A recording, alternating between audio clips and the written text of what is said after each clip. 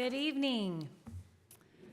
Welcome to our Maundy, Thursday service with 7 churches gathered together as we honor and remember this holy night. The word Maundy means command, as we remember Jesus' commandment this evening that we love one another as he loved us. And so in this service, Thursday was a big day in Holy Week, and so we will walk through the movements of Holy Week, beginning with water and moving into a time of broken bread, and then remembering the betrayal of silver, all the way through as the evening continued from Thursday into Friday with the service of shadows. And so our service tonight will have those movements. We will have moments of poetry, moments of song, moments of inviting you to hold a question and talk about it with your neighbor, and moments of allowing the light that we have in this space to be extinguished, and knowing that as we move into the shadows, that we are always moving forward towards a dawn. We're so excited at the Kirk to have you all with us this evening as we center ourselves in prayer and prepare for worship.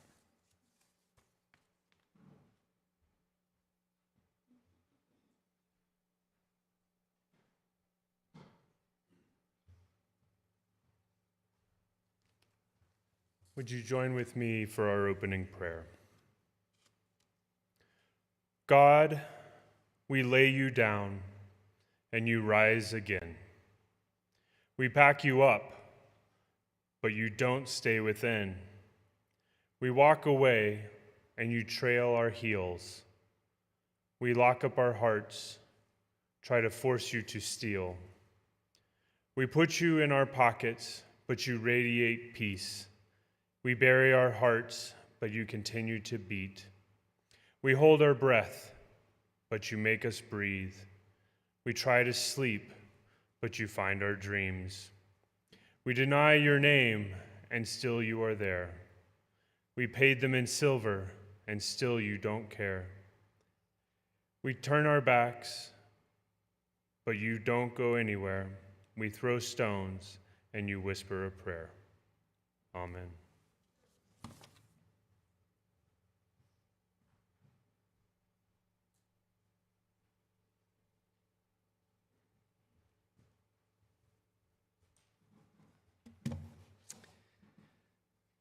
A reading from John 13.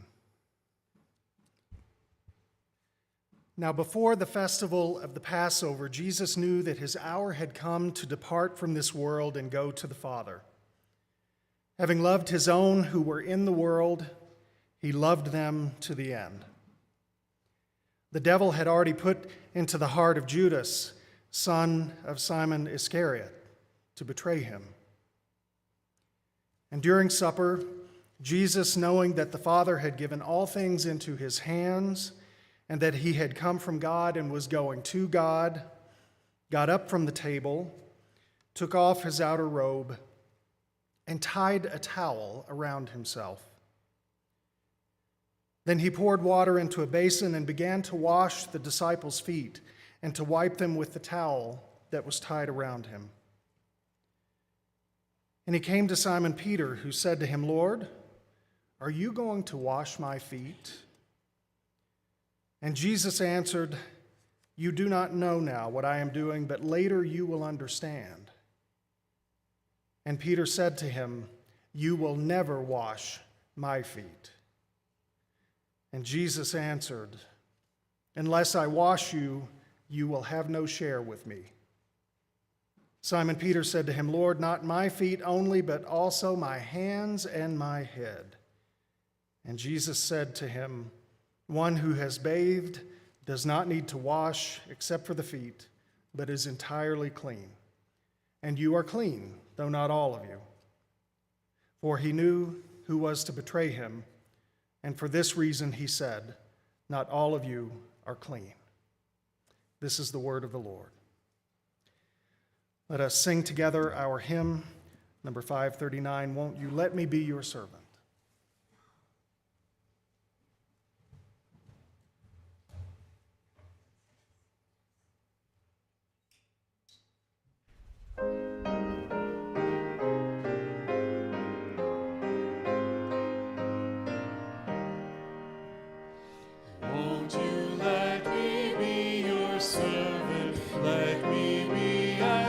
Christ to you. Pray that I may have the grace to let you be my servant too. We are pilgrims on a journey. We are travelers on the road. We are here to help each other go the mile and bear the load. I will hold the Christ light for you in the shadow of your fear. I will hold my hand out to you, speak the peace you long to hear. Won't you let me be your servant? Let me be as Christ to you. Pray that I may have the grace to let you be my servant too.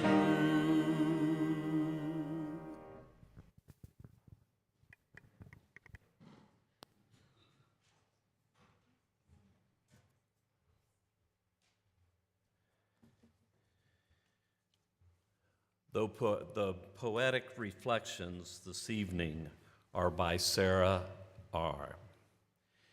As we listen to this reading, let me invite you to close your eyes or whatever helps you to think, to meditate on the concept of water as she takes us on this journey. She writes, "When I was 7 years old, my mom taught me to float. She said, 'Close your eyes, take a breath.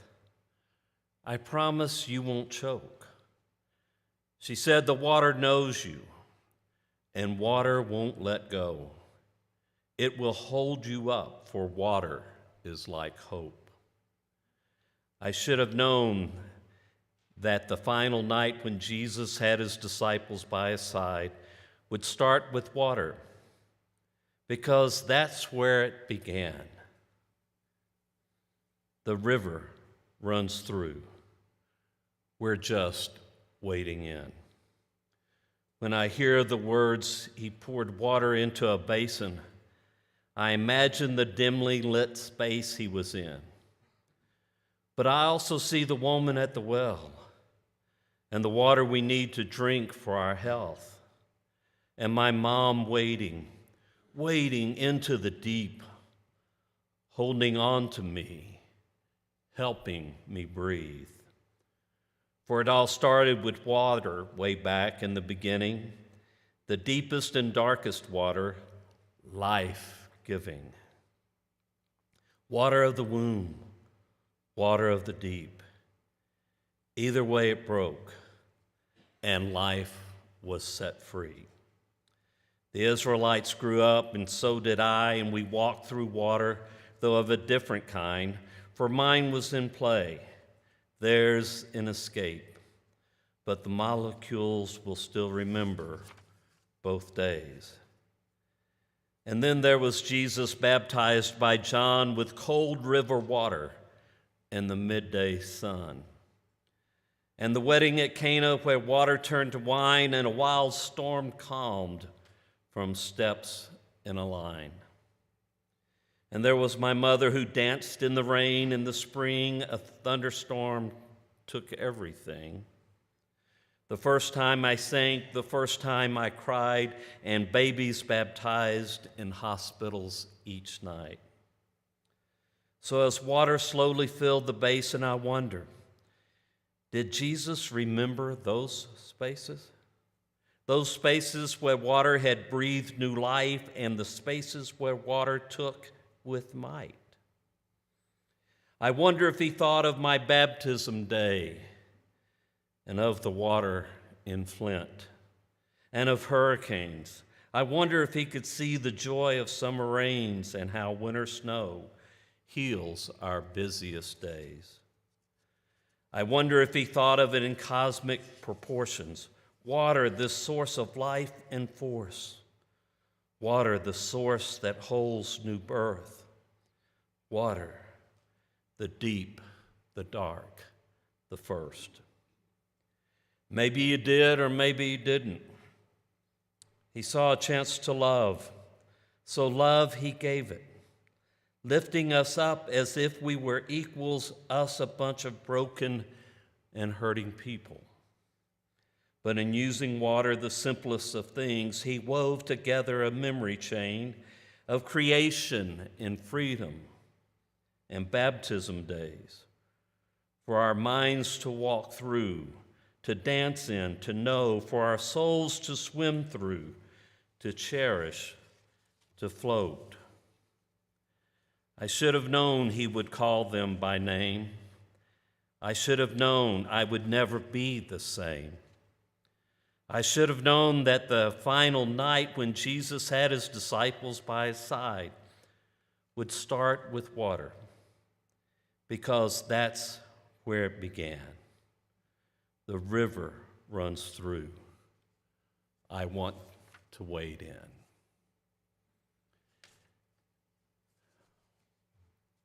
What came to your heart and mind during the reading? Take a moment to think and then share with one sitting next to you your experience. I will share with you that this took me through a lifetime of significant events, both good and challenging, in my own life.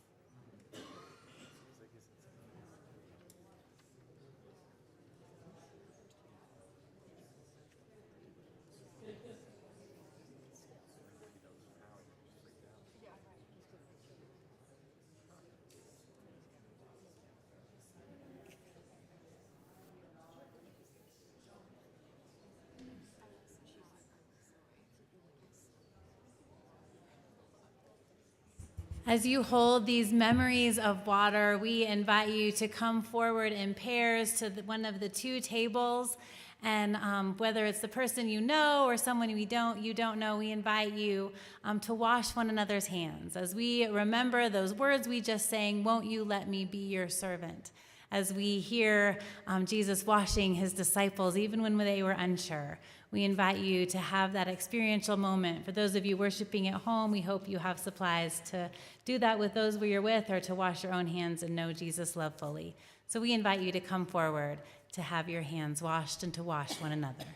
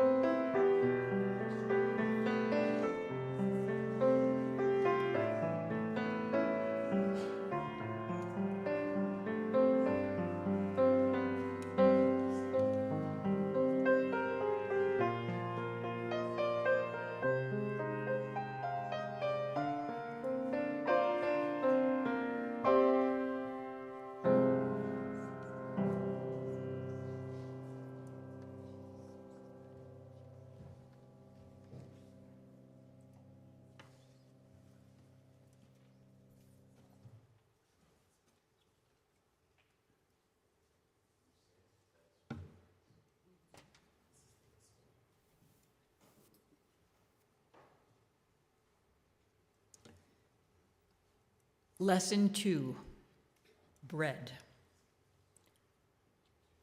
Our scripture reading for today is from the Gospel of Matthew, chapter 26, verses 17 through 30.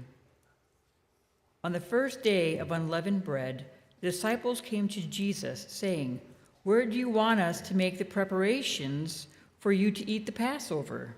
He said, "Go into the city to a certain man and say to him, 'The teacher says, my time is near.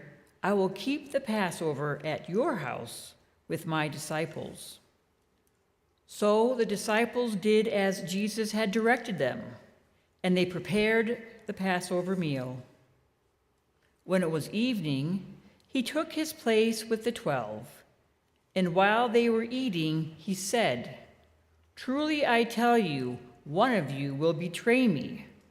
And they became greatly distressed and began to say to him, one after another, "Surely not I, Lord." He answered, "The one who has dipped his hand into the bowl with me will betray me. The Son of Man goes as it is written of him, but woe to that one by whom the Son of Man is betrayed. It would have been better for that one not to have been born." Judas, who betrayed him, said, "Surely not I, Rabbi." He replied, "You have said so." While they were eating, Jesus took a loaf of bread, and after blessing it, he broke it, gave it to the disciples, and said, "Take, eat, this is my body." Then he took a cup, and after giving thanks, he gave it to them, saying, "Drink from it, all of you, for this is my blood of the covenant, which is poured out for many for the forgiveness of sins. I tell you, I will never again drink of this fruit of the vine until that day when I drink it new with you in my Father's kingdom." When they had sung the hymn, they went out to the Mount of Olives. Let us stand in body and spirit and sing together, "Come to the Table."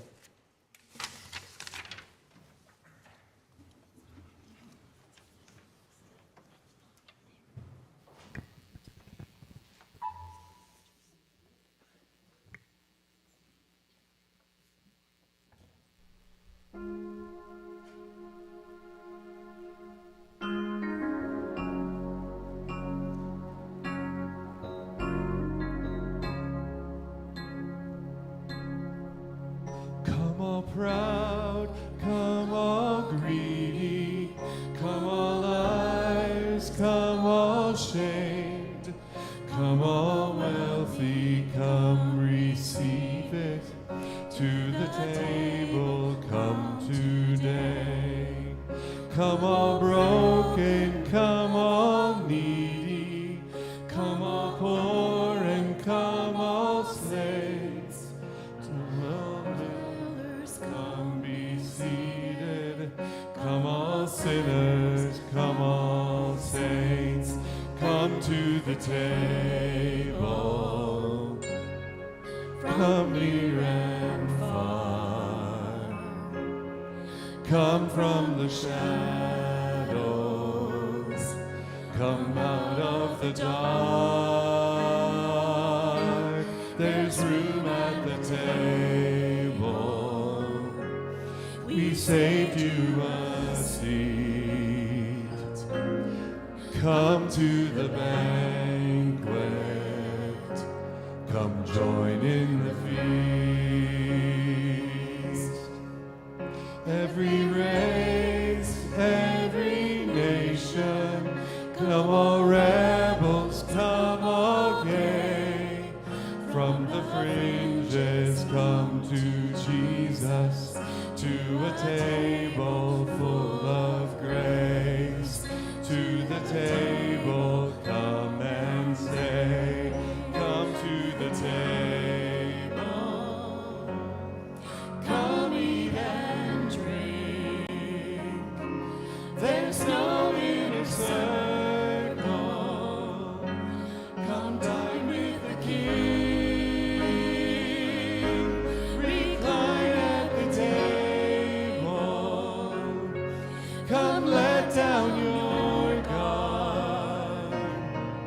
You're never a stranger. Just come as you are. Come behold. Come be loved. Come accepted. Come now, come. Come behold. Come be loved. Come accepted. Come now, come. Come behold.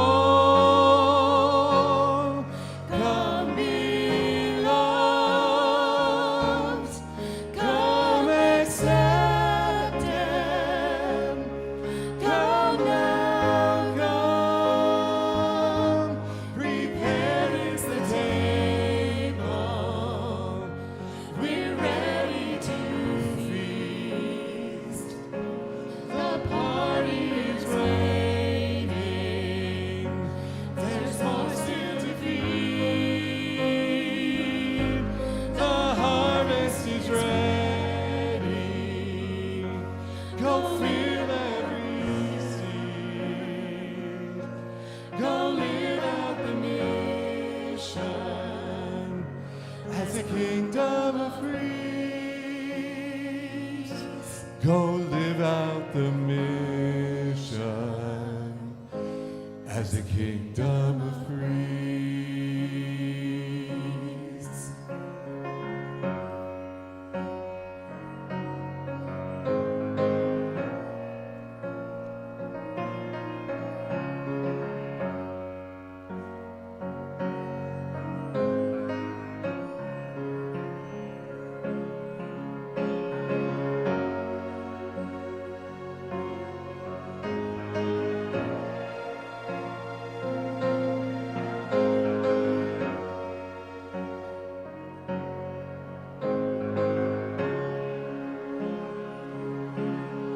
Come behold, come be loved, come accepted, come now, come. Come behold, come be loved, come accepted. Come now, come. Come now, come. Come now, come.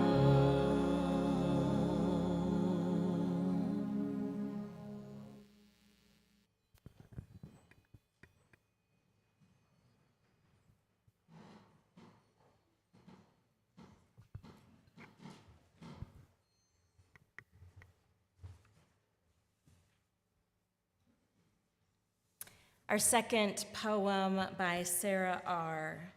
Bread. After he had washed their feet, he returned to the table. Jesus returned to the table, that simple, common space, moving from water and undeserved grace to bread that nourishes and sustains our place. Two simple elements, no time to waste. I should have known there would be water, but of course there would be bread. From the start of creation, God has tried to keep us fed.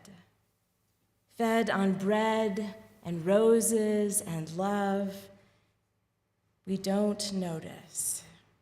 I should have known there would be water, but of course there would be bread. I should have known there would be space at the table for grace. Space for nerves and questions and absent confessions. Space for me and Elijah and Judas without question. I should have known there would be space, but of course there would be bread, for it started with manna, and all must be fed. This is my body broken for you 5,000, for you Israelite nation, for you child of covenant, Judas and Peter. This is my body broken for you. That simple phrase, paired with the food of the day, makes me human again, nourishes weak spots within. It lifts me up and draws me back in, breathing life into bones that were weary and thin. For it's easy to be so hungry for God that God must appear in the shape of a meal, countering frailty, allowing me to heal. So maybe that's why I come back to this space, because I know God will be here offering grace. And I need that bread in order to feel, in order to see the kingdom revealed. I should have known there would be water, but of course there would be bread. For I am hungry, and all must be fed.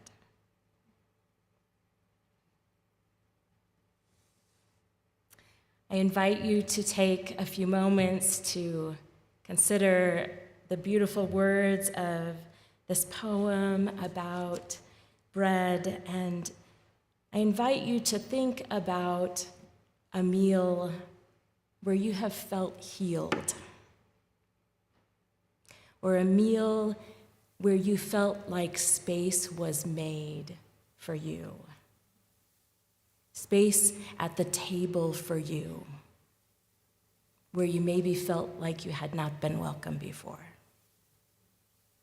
When you're ready, you can turn to someone near you and discuss those things.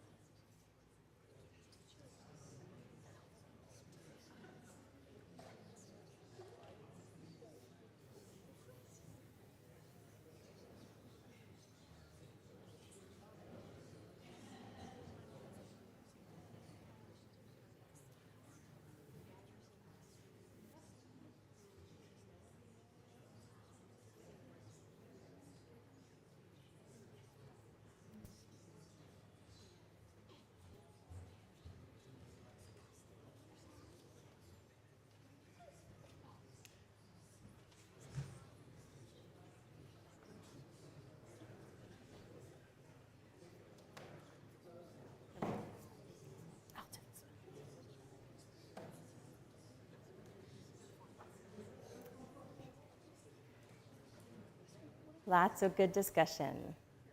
We now are invited all to come to the table, to literally partake of the bread and the cup.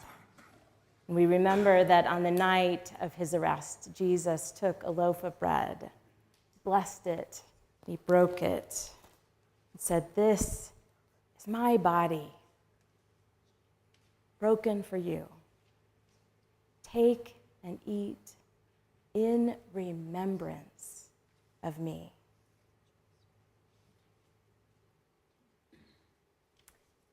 And after supper, he took the cup, and he blessed it and said, "This is my blood poured out for you for the forgiveness of sins.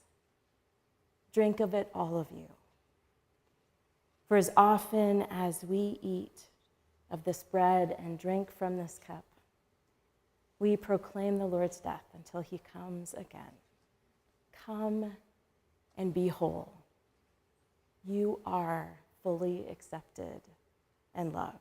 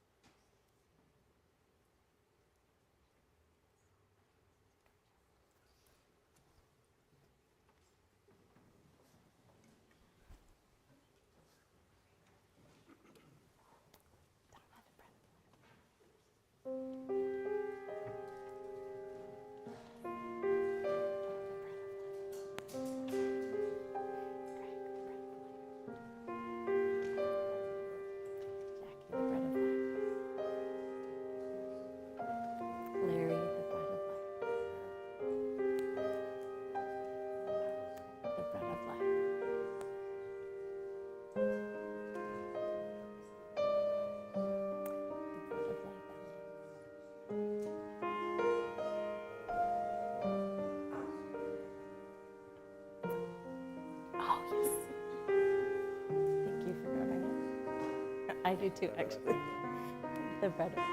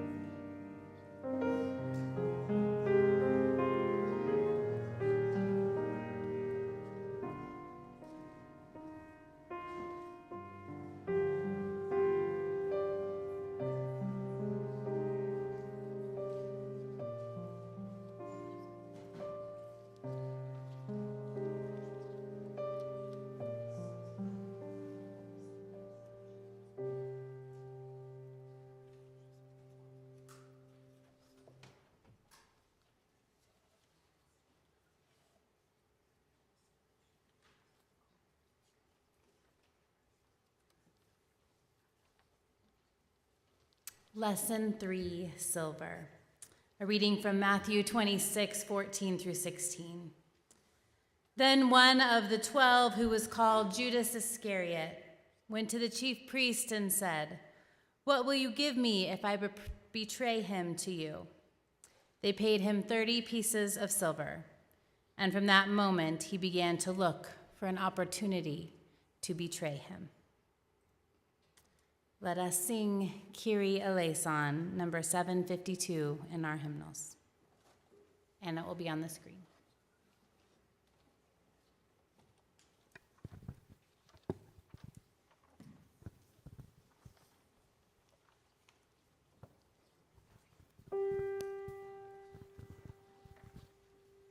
Christ have mercy, Christ have mercy, Christ have mercy, have mercy on us. Christ have mercy, Christ have mercy, Christ have mercy, have mercy on us.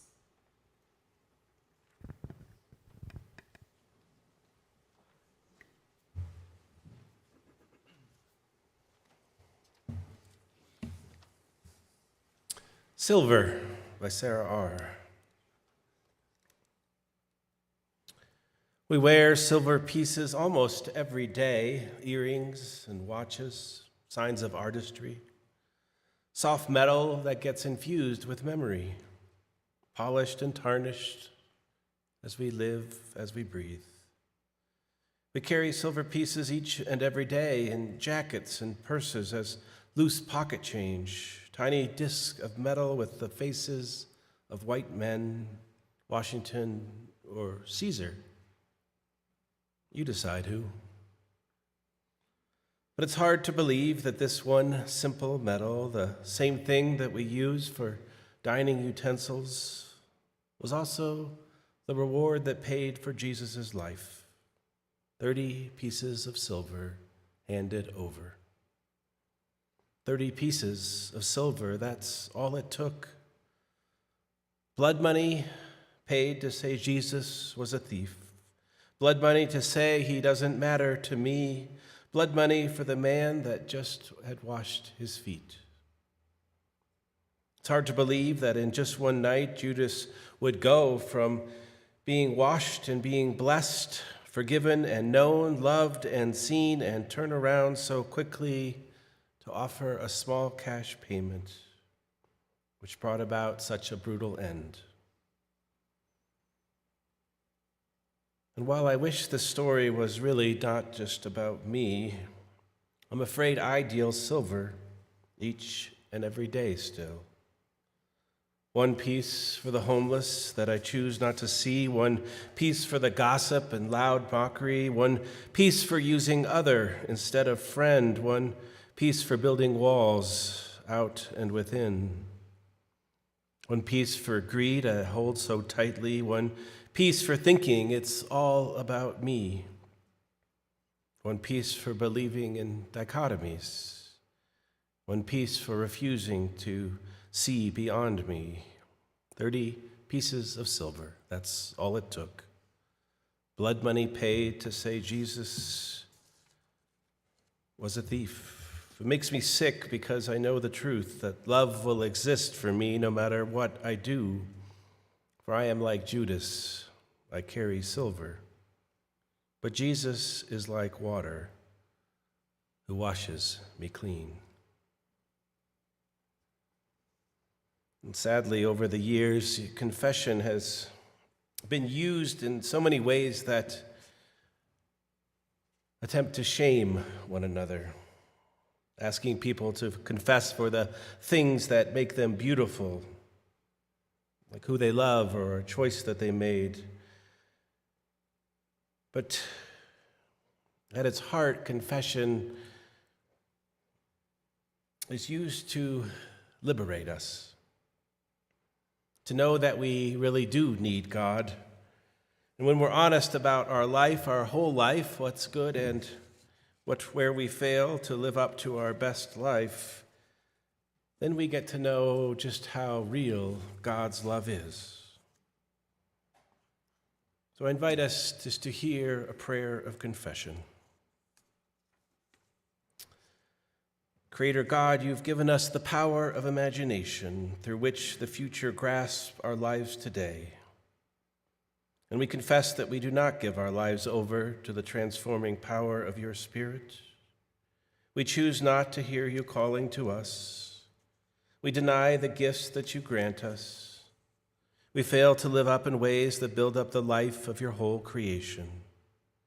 Forgive us and give us courage, that we may open ourselves up to the new creation you seek to bring within and among us. Draw us into the future toward a new world that you are creating through the grace of Jesus the Christ. Amen. And instead of a question that we will share with one another, at the end of the service we'll be handing out a bookmark. And when you get home, don't do it on your way home, I invite you to just write something that you might not always want to be honest about with God.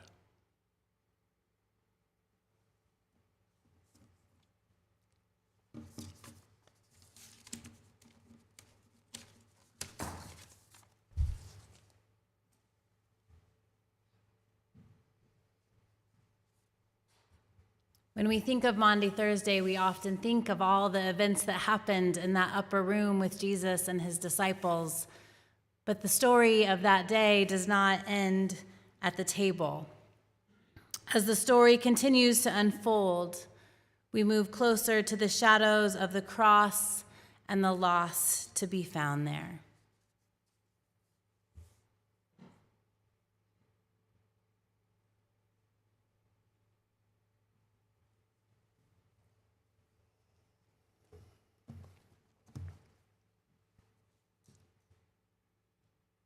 Then Jesus went with them to a place called Gethsemane, and he said to his disciples, "Sit here while I go over there and pray." And he took with him Peter and the two sons of Zebedee and began to be grieved and agitated. Then he said to them, "I am deeply grieved, even to death. Remain here and stay awake with me." And going a little farther, he threw himself on the ground and he prayed, "My Father, if it is possible, let this cup pass from me. Yet not what I want, but what you want." Then he came to the disciples and he found them sleeping. And he said to Peter, "So, you could not stay awake with me even 1 hour? Stay awake and pray that you may not come into the time of trial. The spirit indeed is willing, but the flesh is weak." And again he went away for the second time and prayed, "My Father, if this cannot pass unless I drink it, your will be done." And again he came and he found them sleeping, for their eyes were heavy. So leaving them again, he went away and prayed for the third time, saying the same words.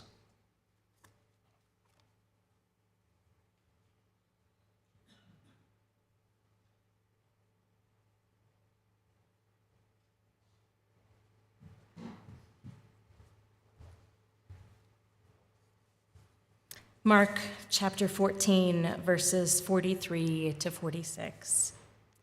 Immediately while he was still speaking, Judas, one of the 12, arrived. And with him there was a crowd with swords and clubs, from the chief priests, the scribes, and the elders. Now the betrayer had given them a sign, saying, "The one I will kiss is the man. Arrest him and lead him away under guard." So when he came, he went up to him at once and said, "Rabbi," and kissed him. Then they laid hands on him and arrested him.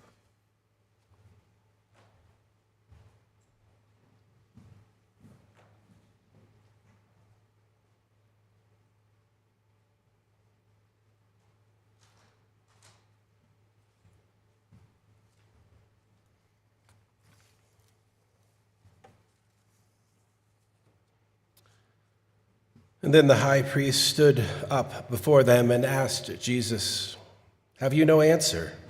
What is it that they testify against you?" But he was silent and did not answer. Again, the high priest asked him, "Are you the Messiah, the Son of the Blessed One?" Jesus said, "I am, and you will see the Son of Man seated at the right hand of the power, and coming with the clouds of heaven." Then the high priest tore his clothes and said, "Why do we still need witnesses? You have heard this blasphemy. What is your decision?" All of them condemned him as deserving death.